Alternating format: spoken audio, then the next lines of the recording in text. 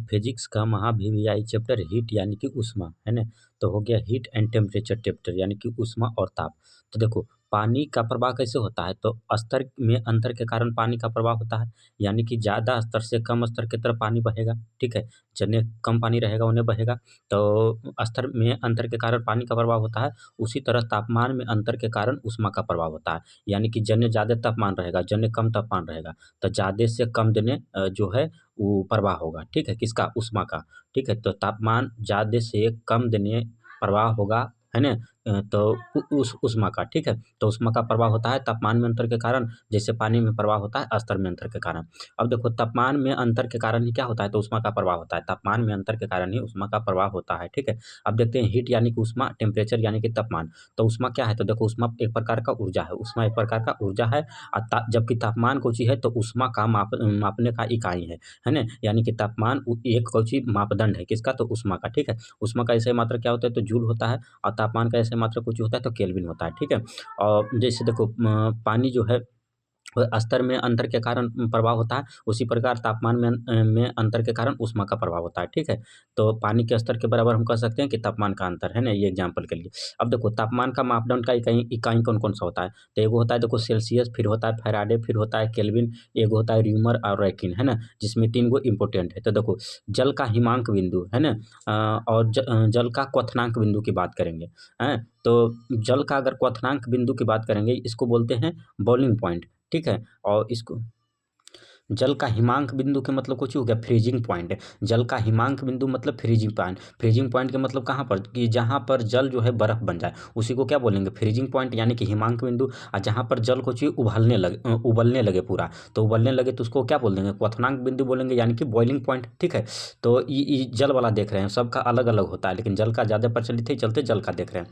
तो देखो सेल्सियस में जल का हिमांक बिंदु कोची होता है, यानी कि फ्रीजिंग पॉइंट, तो 0 डिग्री सेल्सियस। तो 0 डिग्री सेल्सियस पर जल जो है कोची बन जाएगा, बर्फ बन जाएगा। ठीक है, और इसका क्वथनांक कोची होता है, मतलब कि जल जो है कितना डिग्री पर खौलने लगेगा, तो 100 डिग्री सेल्सियस। ठीक है, और अगर यही फैरेड में पूछेंगे, यहाँ देखो सब जले का है, ई पट्टी है हिमांक बिंदु, आई पट्टी सब जले के है क्वथनांक बिंदु, ई है सेल्सियस में। उसी प्रकार अगर फैराडे में पूछेगा तब कितना हो जाएगा, तो 32 डिग्री फैराड हो जाएगा। जल का हिमांक बिंदु 32 डिग्री फैराड हो जाएगा, और क्वथनांक बिंदु तो 212 फैराडे, 212 डिग्री फैराडे हो जाएगा। ठीक है, और केल्विन में कितना हो जाएगा, तो देखो केल्विन में ना डिग्री का यूज नहीं होता, काहे कि केल्विन जो है वो तापमान का एसआई मात्रक है ना, तो ये अपने आप में जो ये है एसआई मात्रक है, इस चलते केल्विन में डिग्री का यूज नहीं होता।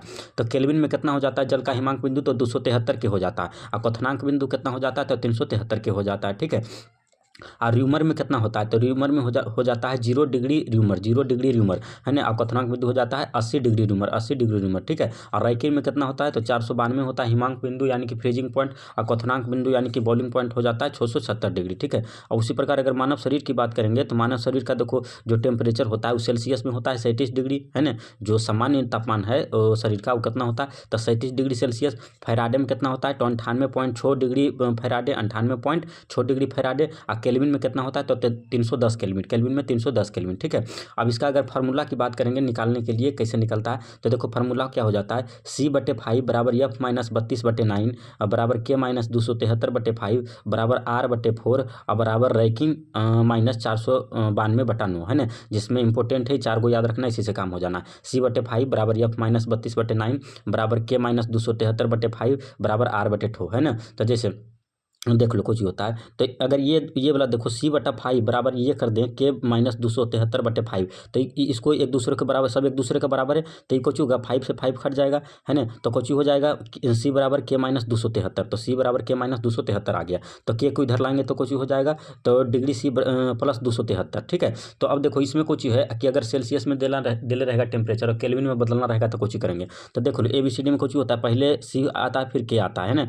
तो देखो C से K में जाना है ना, तो पहले बाद में क्या आता है, तो कोची करेंगे उसमें 273 जोड़ देंगे। ठीक है, और अगर के से सी में जाना है, तो के से पहले सी होता है, तो कोची करेंगे पहले आने के लिए घटाना पड़ता है, तो जो जितना दिल रहेगा उसमें 273 घटा देंगे। ठीक है, तो एग्जाम्पल में देख लो के बराबर 373 दिले है, और इसको सेल्सियस में चेंज करना है, तो बताओ कोची करना है, के से सी में जाना है, तो सी में जाना है तो घटाना पड़ेगा, तो 373 में 273 घटा दिए, आगे 100 डिग्री सेल्सियस। उसी प्रकार देख लो यहाँ सेल्सियस में दिले केल्विन में बदलना है, तो सी से के में जाना है, तो सी से के में जाना है, तो बताओ क्या करना पड़ेगा, जोड़ना पड़ेगा, तो 100 में 273 जोड़ दो, तो 373 केल्विन हो गया। ठीक है, उसी प्रकार अगर डिग्री सी दिले है देखो 40 -40 डिग्री। तो एफ में अगर पूछेगा तो इसको चेंज करेंगे ना, तो उसी पर फिर देखो एफ में है तो ये वाला फार्मूला लग जाएगा। तो C/5 बराबर एफ माइनस 32/9। अब वैल्यू पुट करेंगे तो यहाँ पर फिर अथी बराबर कोची आ जाएगा, तो आ जाएगा 40 डिग्री, यानी कि -40 डिग्री सेल्सियस पर फैराडे जो होता है वो -40 डिग्री फैराडे के बराबर होता है। ठीक है, इस प्रकार से चीज़ें हो जाती है।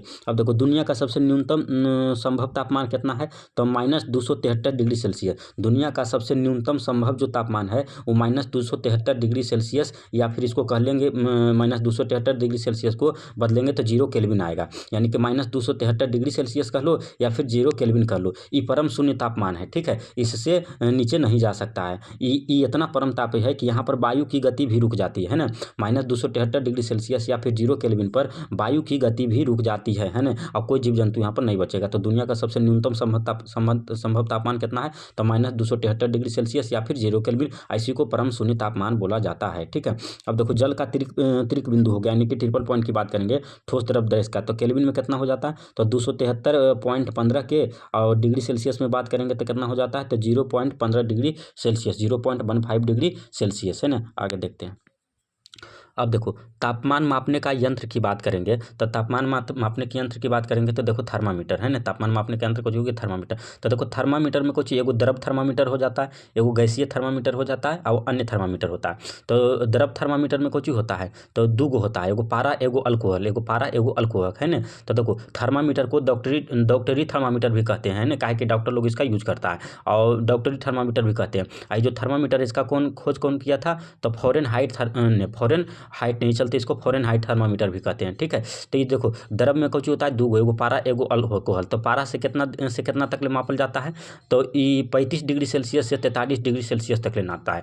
पारा 35 डिग्री सेल्सियस से 43 डिग्री सेल्सियस तक ले नापता है। अब फॉरेन हाइट में कितना नापता है, तो 95 डिग्री फॉरेन हाइट से 110 डिग्री फॉरेन हाइट। ठीक है, तो देखो मनुष्य का सामान्य तापमान कितना होता है, तो बोले 37 डिग्री सेल्सियस होता है, तो 37 डिग्री से कम से नापेगा तो 35 डिग्री सेल्सियस से नापता है, और कितना तक ले 43 डिग्री सेल्सियस तक ले। अब फॉरेन हाइट में 95 डिग्री फॉरेन हाइट से 110 डिग्री फॉरेन हाइट तक नापता है। ठीक है, उसी प्रकार अगर एल्कोहल की बात करेंगे तो -112 डिग्री सेल्सियस से 78 डिग्री सेल्सियस तक नापता है ना। माइनस में अगर एल्कोहल जो है माइनस में भी तापमान नाप लेता है, तो -112 डिग्री सेल्सियस से 78 डिग्री सेल्सियस तक ले नापता है कौन, अल्कोहल वाला। ठीक है, अब अगर गैसीय थर्मामीटर की बात करेंगे तो देखो गैसीय थर्मामीटर में भी दो गो, एगो नाइट्रोजन एगो हाइड्रोजन, नाइट्रोजन हाइड्रोजन। तो जो नाइट्रोजन है वो -200 डिग्री सेल्सियस से 1500 डिग्री सेल्सियस तक ले नापेगा। नाइट्रोजन जो है -200 डिग्री सेल्सियस से 1500 डिग्री सेल्सियस तक ले नापेगा, और हाइड्रोजन जो है वो -200 डिग्री सेल्सियस से 500 डिग्री सेल्सियस तक ले नापता है। तो हाइड्रोजन का रेंज कुछ हो गया -200 डिग्री सेल्सियस से 500 डिग्री सेल्सियस। ठीक है, अब अन्य थर्मामीटर की बात करेंगे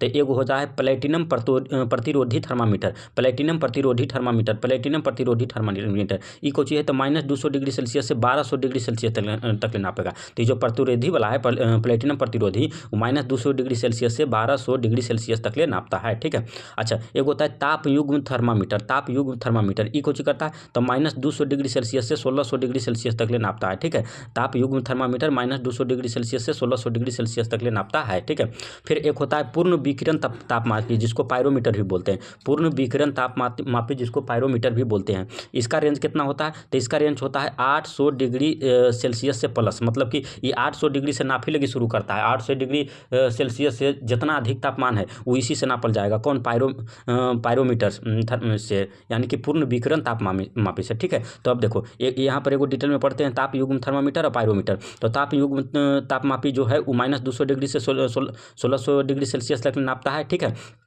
आई जो ताप युग्म तापमापी है कौन से सिद्धांत पर काम करता है, तो सीबेक प्रभाव है ना। तो ताप युग्म तापमापी जो है वो सीबेक प्रभाव सिद्धांत पर काम करता है ना। सीबेक प्रभाव कौची होता है, तो देखो ई एगो अलग धातु लिए है ना, ई एगो अलग धातु लिए, और दोनों को जंक्शन कर दिए यानी कि जोड़ दिए। ठीक है, अब इसको कौची करेंगे, अलग अलग तापमान पर गर्म करेंगे। काहे अलग अलग तापमान पर गर्म करेंगे, क्योंकि जब तक ले तापमान में अंतर नहीं रहेगा तब तक ले उसका प्रवाह नहीं होगा। तो इसको अलग अलग तापमान पर कौची करेंगे, गर्म करेंगे। ठीक है, तो इसको कोची होने लगेगा, इसमें विद्युत का प्रवाह होने लगेगा है ना, और ये कोची करेगा तो तापमान को नाप देगा है ना। तो यही होता है ताप युग्म तापमापी, और ये सीबेक प्रभाव पर काम करता है। ठीक है, अब देखते हैं ये वाला जो था पूर्ण विकिरण तापमापी, जिसको पायरोमीटर भी कहते हैं। ठीक है, तो ये देखो कुछ है कि 800 डिग्री सेल्सियस से अधिक जितना तापमान है उस सबको नापता है, यानी कि उच्च तापमान किससे नापेंगे, तो इसी से पूर्ण विकिरण तापमाप यानी कि पायरोमीटर से, ठीक है।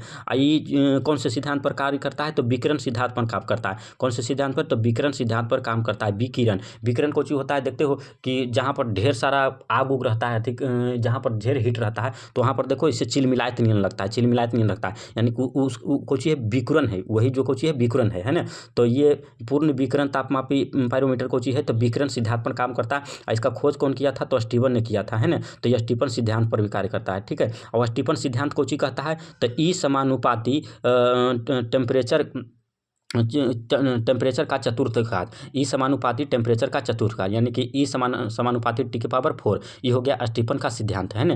तो ये देखो इसका मतलब कुछ हुआ, तो देखो किसी भी गर्म वस्तु से निकलने वाली विकिरण, किसी भी गर्म वस्तु से निकलने वाली विकिरण ऊर्जा उसके परम तापमान के टी कोची है, तो परम तापमान के मतलब कुछ हो गया कि तापमान जो है उसका ऐसा मात्रा केल्विन हो जाता है। तो केल्विन यहाँ पर कौन सी तापमान की बात हो रही है, तो केल्विन के, है ना। तो किसी भी गर्म वस्तु के निकलने वाली विकिरण ऊर्जा उसके परम तापमान के चतुर्थ घात के समानुपाती होता है, ठीक है। अब देखो तो इससे कोची है कि पूर्ण विकिरण तापमापी पायरोमीटर से कोची नापल जाता है। तो देखो सूर्य का तापमान बहुत ज़्यादा होता है, तो इससे सूर्य का तापमान नापा जाता है। तारा का तापमान मापा जाता है, क्योंकि सूर्य भी एक प्रकार का तापमान है। चिमनी भट्टा का तापमान भी शीर्ष से नापा जाता है। और दूर से ही अगर तापमान मापना हो तो पूर्ण विकिरण तापमापी यानी कि पायरोमीटर का यूज करते हैं। दूर से कैसे नाप लेता है, तो यही विकिरण से नाप लेता है ना। यहाँ पर देखो विकिरण ऊर्जा नाप लेंगे, है ना। अब विकिरण ऊर्जा जब नपा जाएगा तो उसी के 4 के घात कर देंगे तो उसका कुछ हो जाएगा, तापमान आ जाएगा, है ना। तो सूर्य का तो विकिरण ऊर्जा पृथ्वी पर आ ही रहा है, तो उसी को नाप के और 4 के घात कर लेंगे तो उसका तापमान हो जाएगा, ठीक है। अब देखते हैं उष्मा संचरण की विधि। उष्मा संचरण की विधि जो है वो 3 गो होती है। एक होता है चालन विधि, जिसको इंग्लिश में कंडक्शन बोलते हैं, चालन विधि यानी कि कंडक्शन। दूसरा हो गया संवहन विधि। संवहन विधि को इंग्लिश में क्या बोलते हैं, तो कन्वेंशन बोलते हैं, ठीक है। और तीसरा हो गया विकिरण विधि यानी कि रिडक्शन। हो गया, ठीक है। तो देखो चालन विधि को चीज होता है यानी कि कंडक्शन, तो बिना अणु के गति के अगर उष्मा एक स्थान से दूसरे स्थान तक ले पहुंचता है तो हम कोची कहेंगे चालन विधि, यानी कि जो अणु है वो गति नहीं करेगा और उष्मा एक स्थान से दूसरे स्थान तक ले पहुंच जाएगा, तो चालन विधि हो गया, ठीक है। अब देखो संवहन विधि को चीज होता है, तो जब उष्मा गति करेगा ना, जब अणु गति करेगा तभी उष्मा भी गति करेगा, जब अणु गति करेगा तभी उष्मा भी गति करेगा, तो कुछ हो जाएगा संवहन विधि हो जाएगा, ठीक है। अब विकिरण विधि में कुछ होगा, अनुगति नहीं करेगा, विकिरण विधि में अनुगति नहीं करेगा। तो देखो जो चालन विधि होता है उसमें किस में होता है, तो ठोस में होता है, ठोस में भी किस में, धातु में होता है, ठीक है। अब देखो ये जो होता है संवहन विधि, इसमें ये किस में होता है, तो द्रव एवं गैस में। संवहन विधि द्रव एवं गैस में होता है, ठीक है। अब विकिरण विधि को उसी होता है, तो इसको माध्यम की आवश्यकता नहीं होती, ठीक है। और इसमें कुछ होता है उच्च तापमान पे। विकिरण विधि जो है किस में काम करता है, तो उच्च तापमान में, ठीक है। अब देखो अगर इसमें माध्यम की आवश्यकता होती है, इसमें भी माध्यम की आवश्यकता, इसमें भी माध्यम की आवश्यकता नहीं होती। तो देखो चालन विधि किस में होगा, तो बोले ना कि धातु में होगा, ठोस में होगा, धातु में होगा, यानी कि लोहा में, सोना में, चांदी में, तांबा में, इसमें कुछ होगा तो चालन विधि होगा। यानी कि देखो अगर लोहा के यहाँ से गर्म करेंगे तो बिना इसका कण गति, बिना अनुगति किए होंगे, यहाँ गर्म करेंगे तो धीरे धीरे इधर जो गर्म हो जाएगा, है ना। यानी कि इसका अनुगति नहीं करेगा और कुछ हो जाएगा कि हीट हो जाएगा, ठीक है। अब देखो द्रव और गैस को गर्म करेंगे तब कुछ होगा कि नीचे वाला गैस जो है या फिर द्रव जो है गर्म होगा तो ऊपर आवेगा, ऊपर वाला जो ठंडा वाला है वो फिर नीचे जाएगा तब गर्म होगा, यानी कि अणु जो गति करेगा तभी वो गर्म होगा, ठीक है। इस प्रकार से चीज़ें हो जाती हैं। अब विकिरण विधि की बात करेंगे तो कुछ हो जाता है, तो देखो सूर्य से उष्मा पृथ्वी तक आता है, सूर्य से उष्मा पृथ्वी तक ले आता है, तो कुछ विकिरण विधि, इसमें कुछ हो गया विकिरण विधि हो गया, ठीक है। और इसमें वायुमंडल गर्म हो जाता है, तो किसके कारण, अवरक्त किरण के कारण, ठीक है। अब देखो सबसे तेज इसमें कौन होता है, तो यही विकिरण विधि होता है, जिसको रिडक्शन बोलते हैं, है ना। हाँ रिडक्शन बोलते हैं। तो सबसे तेज कौन होता है, विकिरण होता है, बहुत फास्ट गर्म करता है, ठीक है। उसके बाद सबसे धीमा कौन होता है, तो चालन विधि। सबसे धीमा कौन होता है, चालन विधि होता है। यहाँ पर गर्म करेंगे तो धीरे धीरे पहले यहाँ गर्म होगा, फिर यहाँ गर्म होगा, उसके बाद यहाँ गर्म होगा, है ना। तो सबसे धीमा कौन हो गया, चालन विधि हो गया, है ना। अब बीच में कौन हो गया, तो संवहन विधि हो गया, बीच में संवहन विधि हो गया है। आगे देखते हैं। अब देखो न्यूटन का शीतलन नियम देखते हैं, यानी कि न्यूटन्स कूलिंग लॉ, है ना, न्यूटन का ठंडा ठंडा नियम, मतलब कि न्यूटन का शीतलन लॉ। तो ये कुछ होता है, तो देखो कोई भी वस्तु को अधिक गर्म होने से कम गर्म होने में जितना समय लगता है, उससे अधिक समय कम गर्म से बहुत कम गर्म होने में लगता है ना। यानी कि देखो न्यूटन का शीतलन नियम कुछ कहता है कि कोई वस्तु को अधिक गर्म होने से, अधिक गर्म होने से मतलब कि अगर देखो 100 डिग्री कोई सेल्सियस गर्म है ना, और 100 डिग्री से 90 डिग्री सेल्सियस होने में जितना टाइम लगा, तो अब कम गया, तो 90 डिग्री से 80 डिग्री सेल्सियस उसको गर्म होने में, यानी कि कम गर्म से बहुत कम गर्म होने में उसको पहले से ज़्यादा समय लगेगा। यानी कि पहले 5 मिनट समय लग रहा था, तो अब 5 मिनट से ज़्यादा लगेगा। ये कौन चीज़ कहता है, न्यूटन का शीतलन नियम। ठीक है, तो देखो मान लिया जाए कि 100 डिग्री देखो सेल्सियस है ना, तो 100 डिग्री सेल्सियस, और यहाँ पर देखो कोई है -10 डिग्री सेल्सियस तापमान है। 100 डिग्री सेल्सियस से 90 डिग्री सेल्सियस हो गया, यानी कि देखो कितना कमा, तो -10 डिग्री सेल्सियस तापमान कम गया। अब मान लिया जाए कि 5 मिनट टाइम लगा। ठीक है, तो अब देखो 90 डिग्री से अगर 80 डिग्री सेल्सियस तापमान हुआ है, तो फिर कितना कमा, तो फिर कमा है -10 डिग्री सेल्सियस, लेकिन अब समय कितना लगेगा, तो 5 मिनट से ज़्यादा लगेगा। पहले 5 मिनट लग रहा था, 5 मिनट से ज़्यादा लगेगा। अब मान लिया जाए कि 80 डिग्री से 70 डिग्री हो गया, फिर -10 डिग्री सेल्सियस कमा है तापमान, तो अब कितना लगेगा, तो पहले 5 मिनट से अधिक लग रहा था, तो अब 5 मिनट अधिक से ज़्यादा लगेगा। तो कितना लग जाएगा ये तो नहीं मालूम है, लेकिन अंदाजे से इसको 7 मिनट मान लिए। ठीक है, अब देखो फिर 70 डिग्री सेल्सियस से 60 डिग्री सेल्सियस हो जाएगा, तो फिर कितना कमा, तो -10 डिग्री सेल्सियस कमा, लेकिन अभी कौची होगा, तो अभी 7 मिनट लग रहा था, तो अभी 7 मिनट से भी अधिक लगेगा। ठीक है, लेकिन अगर एक्यूरेट टाइम निकालेंगे कि यहाँ पर कितना लगेगा, तो उसके लिए फार्मूला कौची हो जाता है, T बराबर Q1 - Q2/T, T बराबर Q1, T यहाँ पर कुछ समय है, तो T बराबर T कुछ तापमान है, तो T बराबर न्यूटन का शीतलन नियम बराबर Q1 - Q2/T बराबर K whole Q1 + Q2/T minus Q, जहाँ पर Q कौची है, तो पहला उष्मा है, और Q2 कौची है, तो दूसरा उष्मा है, T कौची है, तो समय है। ठीक है, आइए Q शून्य कौची है, तो वायुमंडलीय उष्मा है। ये क्वेश्चन में दिया हुआ रहेगा, है ना। तो जैसे क्वेश्चन पूछा कि यदि किसी वस्तु को 50 डिग्री सेल्सियस से 40 डिग्री सेल्सियस होने में 10 मिनट लगता है ना, तो 40 डिग्री से 30 डिग्री सेल्सियस होने में कितना समय लगेगा। तो ऐसा क्वेश्चन में देखना कि जितना अंतर यहाँ के है उतना अंतर यहाँ का रहेगा। तो 50 से 40 डिग्री होने में 10 मिनट समय लगा, तो 40 से 30 होने में कितना समय लगेगा। तो ये तो जाहिर सी बात है कि पहले से ज़्यादा समय लगेगा, तो पहले 10 मिनट लग रहा था, तो अब 10 मिनट से ज़्यादा लगेगा। तो अगर आंसर में देखो ऐसा रहे ऑप्शन में, पर 10 मिनट से ज़्यादा, 10 मिनट से कम, इनमें से कुछ नहीं, तो जाहिर सी बात है कि 10 मिनट से ज़्यादा लगेगा, तो बिना बनेले आंसर मार देंगे 10 मिनट से ज़्यादा, यानी कि ऑप्शन बी आंसर। ठीक है, और ऑप्शन अगर इस प्रकार से रहे कि 10, 9, 8, 12, तो बताओ ये तो कंफर्म है कि 10 मिनट से ज़्यादा लगेगा, तो कितना लगेगा, एक ऑप्शन दिख रहा है 12, तो 12 मार देंगे। लेकिन अगर एग्जैक्ट निकालना हो तो फिर इला फार्मूला लगा लेंगे, है ना। तो देखो Q1 - Q2 तो कितना था, 50 - 40 हो गया, अब बट्टे टाइम है तो कितना हो गया, टाइम 10 हो गया, है ना। अब बराबर कुछ हो गया, K हो गया, K है, और उसके बाद Q1 + Q2, तो Q1 + Q2 में भी यही वाला लेंगे, शुरू वाला लेंगे, तो 50 + 40/2 और माइनस देखो यहाँ पर Q बराबर दिले है ना 20 डिग्री, तो 20 डिग्री इसको यहाँ से निकालेंगे, तो K बराबर देखो 1/25 आ गया, है ना। अब देखो दूसरका में कोची करेंगे, दूसरका में Q1 इसको मानेंगे, Q2 इसको मानेंगे, अगला फार्मूला रख के और फिर निकाल लेंगे T बराबर, और वही एग्जैक्ट आंसर आ जाएगा। ठीक है, आगे देखो। अब देखते हैं कृष्ण पिंड। तो कृष्ण पिंड को इंग्लिश में ब्लैक बॉडी बोलते हैं। तो वैसा पिंड जो लगभग सभी विकिरण ऊर्जा को अवशोषित करता हो उसे कृष्ण पिंड कहते हैं। कृष्ण पिंड किसको कहते हैं, तो वैसा पिंड जो लगभग सभी विकिरण ऊर्जा को क्या करता हो, अवशोषित करता हो, उसको क्या कहते हैं, कृष्ण पिंड कहते हैं। जैसे कोई वस्तु अगर काला है तो कुछ हो जाएगा, वो जल्दी गर्म होगा, और कोई वस्तु सफ़ेद है वो धीरे धीरे गर्म होगा। काहे कि जो काला वस्तु है वो सभी विकिरण ऊर्जा को कुछ करेगा, अवशोषित कर लेगा, तो जल्दी गर्म होगा। और सफ़ेद वस्तु जो है वो सभी ऊर्जा को कुछ करता है, अथी कर देता है, लौटा देता है, तो धीरे धीरे गर्म होगा, है ना। अब देखो गर्मी में सफ़ेद वस्त्र पहना जाता है, काहे लगी कि सफ़ेद वस्त्र जो है उष्मा को परावर्तित कर देता है, तो कम गर्मी लगता है। अब काला वस्त्र कोची करता है, तो उष्मा को अवशोषित कर लेता है, जिससे ज़्यादा गर्मी लगता है ना। तो ये चलते गर्मी में सफ़ेद वस्त्र पहना जाता है। ठीक है, अब देखो सबसे अच्छा कृष्ण पिंड कोची है, तो काजल है ना। काहे कि काजल जो है लगभग 95% उष्मा को क्या करता है, अवशोषित कर लेता है ना। अब देखो गाय को कम गर्मी लगता है, भैंस को ज़्यादा गर्मी लगता है, काहे कि भैंस जो है काला है, तो अब काला चीज़ कोची करता है कि उष्मा को अवशोषित कर लेता है, तो भैंस को ज़्यादा गर्मी लगता है, ये चलते, और गाय को कम गर्मी लगता है। अब देखते हैं किरचॉफ या फिर किरचॉफ का नियम, किरचॉफ का नियम को कहता है। तो किरचॉफ का नियम को कहता है कि एक अच्छा अवशोषक ही अच्छा उत्सर्जक होता है, एक अच्छा अवशोषक ही अच्छा उत्सर्जक होता है। मतलब कि जो जल्दी गर्म होगा उतने जल्दी वो ठंडा होगा। अवशोषक के मतलब कुछ कि जितना जल्दी गर्म होगा, और उत्सर्जक के मतलब कुछ कि ऊर्जा तागेगा यानी कि उतने ही जल्दी कुछ होगा ठंडा होगा। तो एक अच्छा अवशोषक ही एक अच्छा उत्सर्जक होता है, यही कहता है किरचॉफ। किरचॉफ यानी कि किरचॉफ का नियम, ठीक है। तो जैसे देखो कोई वस्तु है और अगर काला है तो कुछ हो जाएगा, जल्दी गर्म होगा, और जल्दी गर्म होगा तो जल्दी ठंडा भी होगा। कोई वस्तु देखो सफ़ेद है तो धीरे धीरे गर्म होगा तो धीरे धीरे ठंडा भी होगा, ठीक है। अब देखो कोई वस्तु को अगर वस्तु को कोई काला वस्तु को 100 डिग्री सेल्सियस गर्म करें, ठीक है, और सफ़ेद वस्तु को भी 100 डिग्री सेल्सियस गर्म करें, मैंने दोनों को 100 डिग्री सेल्सियस पर गर्म किए, आपको इसको अंधार जगह पर रख देते हैं, ठीक है। तो देखो काला वाला जो है जल्दी गर्म होता है तो जल्दी ठंडा भी होता है, और काला वाला जो है कुछ होगा कि ज़्यादा ऊष्मा उत्सर्जित करेगा और ज़्यादा चमकेगा। काहे कि काला वाला जल्दी गर्म होता है तो जल्दी ठंडा भी होगा, तो ठंडा कैसे होगा, ज़्यादा ऊष्मा उत्सर्जित करेगा तो ज़्यादा चमकेगा भी, है ना। तो काला वाला ज़्यादा चमकेगा। सफ़ेद वाला कुछ होगा धीरे धीरे गर्म होगा तो धीरे धीरे ठंडा भी होगा, और कम ऊष्मा उत्सर्जित करेगा तो कम चमकेगा भी, कौन, सफ़ेद वाला, ठीक है। अब देखो टीना और लोहा में बात करेंगे तो टीना जल्दी गर्म होगा और जल्दी ठंडा भी होगा, लोहा जो है धीरे धीरे गर्म होगा और धीरे धीरे ठंडा भी होगा। और पानी हम धरती में बात करें तो पानी देखो कुछ होगा कि धीरे धीरे गर्म होगा तो धीरे धीरे ठंडा भी होगा, और धरती जल्दी गर्म होगा तो धरती जल्दी ठंडा भी होगा। आगे देखते हैं।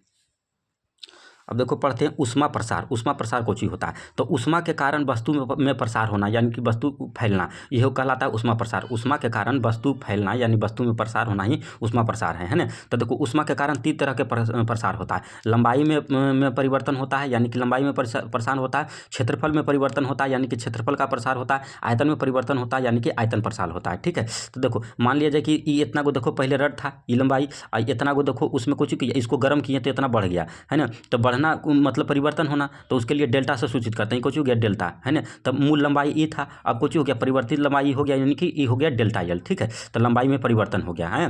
तो देखो अगर लंबाई में परिवर्तन निकालना रहेगा तो कैसे निकालेंगे, लंबाई में परिवर्तन यानी कि डेल्टा एल बराबर मूल लंबाई, तो मूल लंबाई कुछ लो एल, तो मूल लंबाई, है ना। और तापमान में परिवर्तन, जो हम लोग तापमान परिवर्तन करेंगे तभी ना लंबाई में परिवर्तन होगा, तो बते तापमान परिवर्तन यानी कि डेल्टा टी, है ना। आयोग होता है लंबाई गुणांक और क्षेत्रफल गुणांक आयतन गुणांक। तो लंबाई गुणांक होता है अल्फा, क्षेत्रफल गुणांक होता है बीटा, आयतन गुणांक होता है गामा, है ना। तो इसमें फिर इसका गुणांक लगा देंगे तो कुछ हो जाएगा अल्फा हो जाएगा, ठीक है। अब देखो अगर टोटल परिवर्तन निकालना रहे मैंने कि यहाँ से यहाँ तक ली, देखो मूल लंबाई इसमें परिवर्तित लंबाई को जोड़ देंगे तो टोटल लंबाई निकल जाएगा कि नहीं। तो देखो टोटल लंबाई यानी कि फुल लंबाई निकालना रहेगा तब फार्मूला कुछ हो जाएगा, तो लंबाई हॉल 1 प्लस डेल्टा टी यानी कि ताप में परिवर्तन, और ये कुछ हो जाएगा लंबाई गुणांक हो जाएगा यानी कि अल्फा, ठीक है। तो लंबाई hall 1 plus delta T alpha हो जाएगा। उसी प्रकार क्षेत्रफल में परिवर्तन की बात करेंगे तो देखो इतना को मान लिया जाए क्षेत्रफल था, क्षेत्रफल में परिवर्तन का मतलब कुछ कि लंबाई और चौड़ाई दोनों में परिवर्तन। अब देखो ई हो गया मूल एरिया, और उसके बाद देखो डेल्टा ए हो गया यानी कि बाद में परिवर्तित एरिया हो गया, है ना।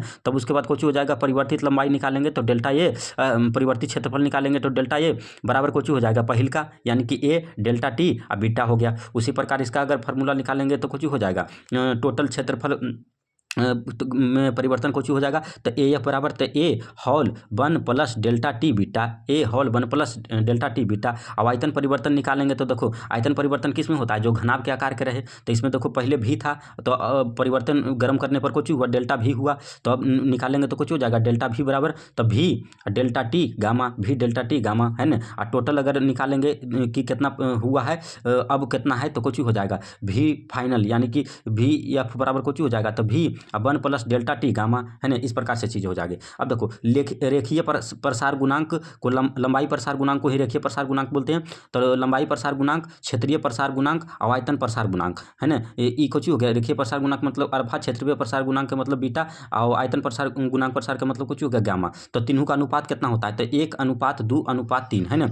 काहे कि रेखीय मतलब लंबाई के मतलब कुछ यल, और क्षेत्रीय का मतलब कुछ यल गुने बी, और आयतन के मतलब कुछ यल गुने बी गुने यस। तो कितना अनुपात हो गया 1:2:3, ठीक है। अब देखो अल्फा बीटा गामा तीनों का मात्रक कुछ होता है तो सेम होता है कुछ केल्विन इनवर्स है। तो अल्फा बीटा गामा तीनों का मात्रक सेम होता है कुछ तो केल्विन इनवर्स यानी कि के पावर -1, ठीक है। अब देखो यदि अल्फा बराबर 10 केल्विन इनवर्स दे ले तो बटा बीटा बराबर कुछ होते तो 1 2 गुना 20 केल्विन इनवर्स, गामा बराबर 1 3 गुना 30 केल्विन इनवर्स, तो है ना। और यदि देखो गामा बराबर 90 केल्विन इनवर्स दे ले यानी कि ये 3 के मान दे ले 90, तो बताओ 1 के मान कितना हो जाएगा, तो अल्फा बराबर हो जाएगा 30 केल्विन इनवर्स, तो बीटा बराबर कितना हो जाएगा तो 30 दूनी 60 केल्विन इनवर्स, ठीक है। अब देखो रेलवे की पटरी गर्मी में कोची होता है कि बढ़ जाता है ना। तो कोची हो गया रेखीय प्रसार, है ना। यही चलते रेलवे की पटरियों के बीच में गैप दिया जाता है, काहे कि गर्मी के कारण कोची होता है, हीट हो जाता है। तो हीट हो जाएगा तो दिक्कत हो जाएगा। तो यही चलते उसको कोची करता है कि गैप थोड़े छोड़ देवल जाता है, ठीक है। अब देखो धातु का प्लेट में छिद्र करते हैं, धातु मतलब ऐसे करके जैसे थाली लिए, इसमें देखो छेद कर दिए, है ना। अब इसको गर्म करेंगे तो कुछ हो जाएगा, छिद्र जो है बड़ा हो जाएगा, छिद्र जो बड़ा हो जाएगा। इसमें देखो किस पर कैसा प्रसार होगा, ये वाला धातु का प्लेट में यानी कि थरीवा में, तो क्षेत्रीय प्रसार होगा, क्षेत्रीय प्रसार, ठीक है। अब ऑटो कट में कुछ हो जाता है तो आयतन प्रसार, जो मशीन में अपने से चालू होता है बंद होता है, तो इसमें कौन सा प्रसार होता है, तो आयतन प्रसार होता है, यानी कि ऑटो कट में आयतन प्रसार। आगे देखते हैं। अब देखते हैं विशिष्ट ऊष्माधारिता और गुप्त ऊष्मा, विशिष्ट ऊष्माधारिता और गुप्त ऊष्मा, है ना। विशिष्ट ऊष्माधारिता गुप्त ऊष्मा कोची होता है। तो देखो विशिष्ट ऊष्माधारिता में कोची होता है, अवस्था परिवर्तन नहीं होता है लेकिन तापमान परिवर्तन होता है। विशिष्ट ऊष्माधारिता में अवस्था परिवर्तन नहीं होगा लेकिन तापमान परिवर्तित हो जाएगा। अवस्था परिवर्तन के मतलब कोची हो गया, नहीं होगा, मतलब पानी है तो पानी रहेगा लेकिन तापमान में परिवर्तन हो जाएगा, जैसे 30 है तो 40 हो गया, 50 है तो 60 हो गया, इस प्रकार से चाहिए। और गुप्त ऊष्मा में कोची हो जाएगा, अवस्था परिवर्तन हो जाएगा लेकिन तापमान में परिवर्तन नहीं होगा। अवस्था परिवर्तन के मतलब कुछ हुआ कि पानी अगर है तो भाप बन जाएगा, लेकिन तापमान पहले अगर 100 डिग्री सेल्सियस था तो बाद में 100 डिग्री सेल्सियस रह जाएगा। तो कुछ हो गया, गुप्त ऊष्मा हो गया, है ना। अब देखो मान लिया जाए कि देखो एग्जाम्पल ले लो, 100 ग्राम को चाहिए, देखो पानी है ना। मान लिया जाए इसका टेम्परेचर था 50 डिग्री सेल्सियस, इसको दिए देखो विशिष्ट ऊष्माधारिता दिए, अभी कितना है तो 100 ग्राम देखो पानी है, लेकिन टेम्परेचर बढ़ा दिए 60 डिग्री सेल्सियस हो गया। तो देखो टेम्परेचर तो बदल गया लेकिन 60 डिग्री पर भी तो पानी ना रहेगा। तो बताओ अवस्था बदला है नहीं, तो कुछ हो गया, विशिष्ट ऊष्माधारिता हो गया, ठीक है। अब इसका देखो गुप्त ऊष्मा को का एग्जाम्पल देखेंगे तो देखो 100 ग्राम पानी था 100 डिग्री सेल्सियस पर, ठीक है। अब इसको देखो कुछ किए कि गर्म किए, और गर्म किए करने के बाद देखो कुछ इसको दिए गुप्त ऊष्मा, और देखो फिर तो 100 ग्राम पानी था तो 100 ग्राम भाप बनेगा। अब भापिया में भी उसका जो टेम्परेचर रहेगा वो 100 डिग्री सेल्सियस रहेगा, यानी कि 100 डिग्री सेल्सियस पर भाप भी होता है और पानी भी होता है। तो देखो यहाँ कुछ हुआ कि अवस्था तो परिवर्तन हो गया लेकिन तापमान जो के त्यों हुए, तो कुछ हो गया, गुप्त ऊष्मा हो गया, ठीक है। तो देखो विशिष्ट ऊष्मा के लिए परिभाषा कुछ होता है, तो एकांक द्रव्यमान के तापमान को 1 डिग्री सी बढ़ाने के लिए, एकांक द्रव्यमान के तापमान को 1 डिग्री सेल्सियस बढ़ाने के लिए आवश्यकता जितना ऊष्मा की आवश्यकता होती है उसी को क्या कहते हैं, तो विशिष्ट ऊष्माधारिता कहते हैं। अब विशिष्ट ऊष्माधारिता क्यू बराबर फार्मूला होता है यम एस थीटा, क्यू बराबर formula M S theta, Q बराबर फार्मूला यम एस थीटा, है ना। गुप्त ऊष्मा के लिए फार्मूला क्यू बराबर यम एल, क्यू बराबर यम एल। तो देखो जहाँ पर क्यू बराबर कोची है तो ऊष्मा है, यम बराबर कोची है मास यानी कि द्रव्यमान, यस बराबर कोची हो तो विशिष्ट ऊष्मा, यस बराबर विशिष्ट ऊष्मा, थीटा बराबर कोची हो तो डेल्टा टी यानी कि तापमान में परिवर्तन, ठीक है। उसी प्रकार यहाँ पर भी क्यू बराबर कोची ऊष्मा हो, यम बराबर मास यानी कि द्रव्यमान, एल बराबर कोची हो तो गुप्त ऊष्मा हो, ठीक है। उसी प्रकार अगर यस आई मात्रक की बात करेंगे, विशिष्ट ऊष्मा का यस आई मात्रक, तो इसका यस आई मात्रक कोची हो जाता है जूल किलोग्राम इनवर्स और kelvin inverse, joule kilogram inverse और kelvin inverse, joule kilogram inverse और केल्विन इनवर्स, इसका कुछ हो गया विशिष्ट ऊष्मा का यस आई मात्रक। इसका सीजीएस मात्रक की बात करेंगे तो जूल का हो गया कैलोरी, और किलोग्राम का हो गया ग्राम, और केल्विन का हो गया कुछ तो सेल्सियस हो गया, है ना। तो कैलोरी ग्राम इनवर्स और सेल्सियस इनवर्स, कैलोरी ग्राम इनवर्स और सेल्सियस इनवर्स, इस प्रकार से हो जाता है, ठीक है। अब देखो गुप्त ऊष्मा का अगर एसआई मात्रा की बात करेंगे तो इसका हो जाता है joule kilogram inverse, joule kilogram inverse, और सीजीएस मात्रा कुछ ही हो गया तो कैलोरी ग्राम इनवर्स, कैलोरी ग्राम इनवर्स, इस प्रकार से चीज़ें हो जाती है। अब देखो विशिष्ट ऊष्मा, है ना, तो जल का देखो विशिष्ट ऊष्मा कितना होता है ये सही मात्रक में, तो 4200 जूल किलोग्राम इनवर्स और केल्विन इनवर्स। अब बर्फ का कितना होता है तो 2100 जूल किलोग्राम इनवर्स और केल्विन इनवर्स, मतलब कि जल का 4200, जल का तो बहुत ज़्यादा होता है विशिष्ट ऊष्मा यानी कि 4200 होता है, और बर्फ का कितना होता है 2100, बर्फ का 2100। लेकिन अगर सीजीएस में बात करेंगे, सीजीएस में बात करेंगे कि जल का कितना होता है विशिष्ट ऊष्मा, तो 1 कैलोरी ग्राम इनवर्स केल्विन इनवर्स, और बर्फ का कितना होता है तो जल का आधा यानी कि 0.5 कैलोरी ग्राम इनवर्स केल्विन इनवर्स, इस प्रकार से होता है। यानी कि सीजीएस में जल का कितना हो गया 1, अब वो बर्फ का ओकर आधा यानी कि 0.5, ठीक है। अब देखो जल का गुप्त ऊष्मा की बात करेंगे, जल का गुप्त ऊष्मा की बात करेंगे तो कितना हो जाएगा 540 कैलोरी ग्राम इनवर्स, 540 कैलोरी ग्राम इनवर्स। अब बर्फ का कितना हो जाएगा गुप्त ऊष्मा तो 80 कैलोरी ग्राम इनवर्स, है ना, 80 कैलोरी ग्राम इनवर्स हो जाएगा, ठीक है। अब देखो तो यही क्वेश्चन बनाएंगे तो जहाँ पर जल आएगा वहाँ पर CGS वाला लेंगे 1 लेंगे, अब बर्फ वाला कितना लेंगे तो 0.5 लेंगे, ठीक है।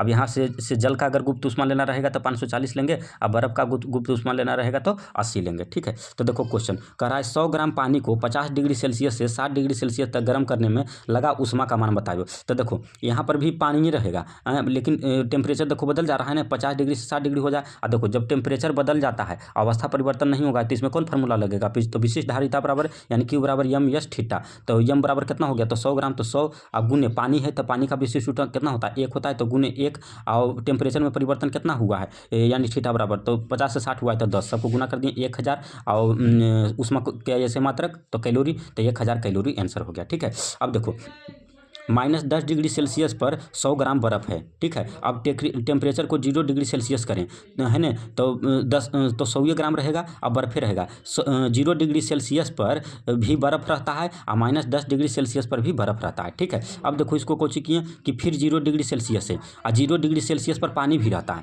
है ना, 0 डिग्री सेल्सियस पर पानी भी रहता है, यानी कि 100 ग्राम पानी जो हो गया 0 डिग्री सेल्सियस पर। अब देखो इसको कोशिश किए पनिया को गर्म किए, तो पनिया को गर्म किए तो पानी कहाँ तक ले गर्म होगा 100 डिग्री सेल्सियस तक ले, लेकिन 100 डिग्री सेल्सियस पर गर्म होने के बाद भी कुछ ही रहेगा तो पनिए रहेगा, है ना, तो फिर 100 ग्राम पानी है। अब देखो कुछ ही हो जाएगा, ओकर बाद और गर्म करेंगे तो 100 डिग्री सेल्सियस पर पानी जो है भाप भी बने लगता है ना। तो अब देखो यहाँ से हम लोग पहचान सकते हैं कि नहीं कि कौन विशिष्ट ऊर्जा है कौन गुप्त ऊष्मा। तो देखो यहाँ बर्फ यानी कि अवस्था में परिवर्तन हुआ नहीं, अवस्था में परिवर्तन नहीं हुआ लेकिन तापमान में देखो परिवर्तन हो गया, तो कुछ हो गया विशिष्ट ऊष्मा। यहाँ पर फार्मूला लगेगा एमएस थीटा वाला, यहाँ पर देखो बर्फ है पानी है, अवस्था में परिवर्तन हो गया तो यहाँ कुछ हो गया गुप्त ऊष्मा हो गया, और तापमान में देखो परिवर्तन हुआ नहीं हुआ तो गुप्त ऊष्मा हो गया। इसमें कौन सा फार्मूला लगेगा एमएल लगेगा। तो बताओ इसे करके सब पहचान सकते हैं कि नहीं, जी हाँ पहचान सकते हैं। आगे देखते हैं।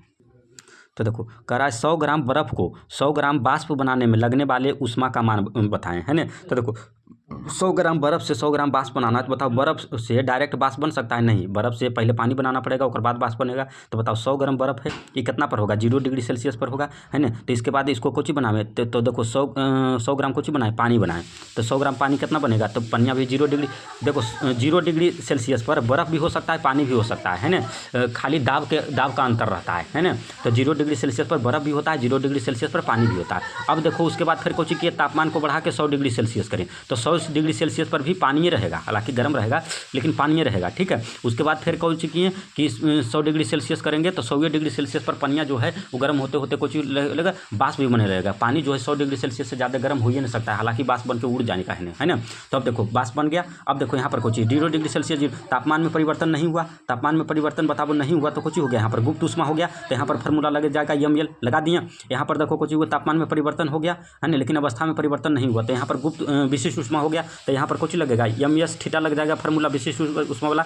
यहाँ पर भी देखो कुछ ही है कि तापमान देखो सेम है, तापमान जो है 100 डिग्री सेल्सियस और 100 डिग्री सेल्सियस तापमान देखो सेम है लेकिन अवस्था कुछ ही हो गया परिवर्तन हो गया। तो यहाँ पर भी फार्मूला कौन लगेगा गुप्त ऊष्मा वाला लगेगा। तो टोटल ऊष्मा निकालने के लिए कुछ करेंगे सबको जोड़ देंगे। तो यम बराबर देखो यहाँ कितना है 100 है तो 100 और गुने यल बराबर कितना है, तो यल के मतलब कुछ ही हो गया, यल के मतलब गुप्त ऊष्मा। तो गुप्त ऊष्मा किसका बर्फ का ना, तो बर्फ का कितना होता है 80 होता है, तो 100 गुने 80 और प्लस इसका मान यहाँ पर 100 और गुने विशिष्ट ऊष्मा किसका हो गया जल का, यहाँ पर नहीं देखेंगे तो जल का कितना हो गया 1 और गुने तापमान में परिवर्तन कितना है, तो परिवार में देखो 0 से 100 हो गया तो 100 तो गुने 100 और प्लस यहाँ पर देखो भी कोची है तो 100 है यम बराबर और गुने यल यानी गुप्त ऊष्मा। तो गुप्त ऊष्मा बताओ कितना है, तो यहाँ पर देखो जल है, जले के ना देखेंगे तो जल का कितना है 540 होता है, तो 540 अब सबको कैलकुलेट कर दिए तो 72,000 कैलोरी आंसर आ गया। अब देखो विशिष्ट ऊष्मा धारिता सबसे ज़्यादा किसका होता है, तो हाइड्रोजन का, उसके बाद जल का होता है। विशिष्ट ऊष्मा धारिता सबसे ज़्यादा हाइड्रोजन का होता है फिर जल का, लेकिन हाइड्रोजन ऑप्शन में नहीं रहता है तो जल हम लोग मारते हैं, ठीक है।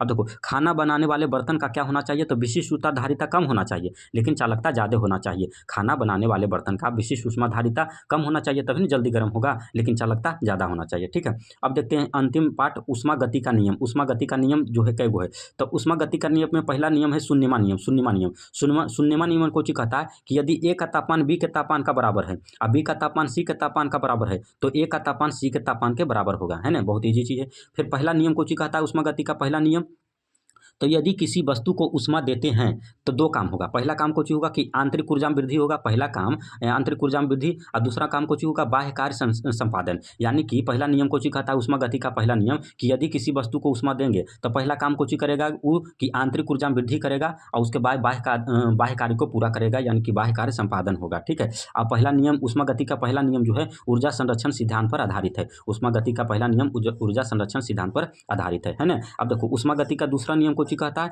कि किसी भी मशीन की दक्षता यानी कि क्षमता 100% नहीं होती है। ऊष्मा गति का दूसरा नियम कुछ कहता है किसी भी मशीन की क्षमता 100% नहीं हो सकती। अब देखो रेफ्रिजरेटर यानी कि फ्रिज है ना, तो फ्रिज में सामान सुरक्षित रहता है कितना पर, तो 4 डिग्री सेल्सियस पर। फ्रिज में सामान सुरक्षित रहता है यानी कि रेफ्रिजरेटर में 4 डिग्री सेल्सियस पर। अब देखो फ्रिज का दरवाजा अगर कमरे में खोल देते हैं और तो कमरे का तापमान कुछ होगा तो धीरे धीरे बढ़ जाएगा है ना। फ्रिज का दरवाजा अगर कमरे में खोल देते हैं तो कमरे का तापमान धीरे धीरे बढ़ जाएगा। ठीक है। अब देखो बंद कमरा में अगर पंखा चलाते हैं तो बंद कमरे का तापमान कुछ होगा तो बढ़ जाएगा, बंद कमरे का तापमान कुछ होगा बढ़ जाएगा है ना। तो जो अथी था चैप्टर हीट एंड टेम्परेचर खत्म हो गया।